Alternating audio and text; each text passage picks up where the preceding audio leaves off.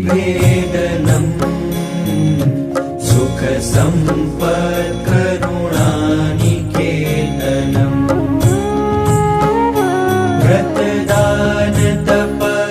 व्रतदानतपक्रियाफलम् सहजानन्दगुरुं भजे सदा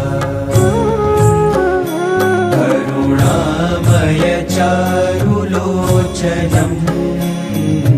शरणायात जनार्तिमोचनम्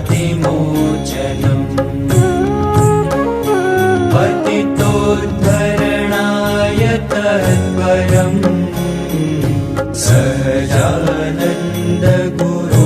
भजे सदा भगवन् कृपया त्वया कृतम्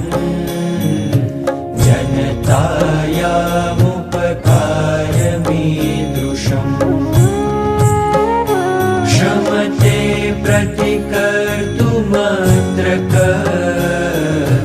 कुरुते दीनजनस्ततोऽञ्जलिः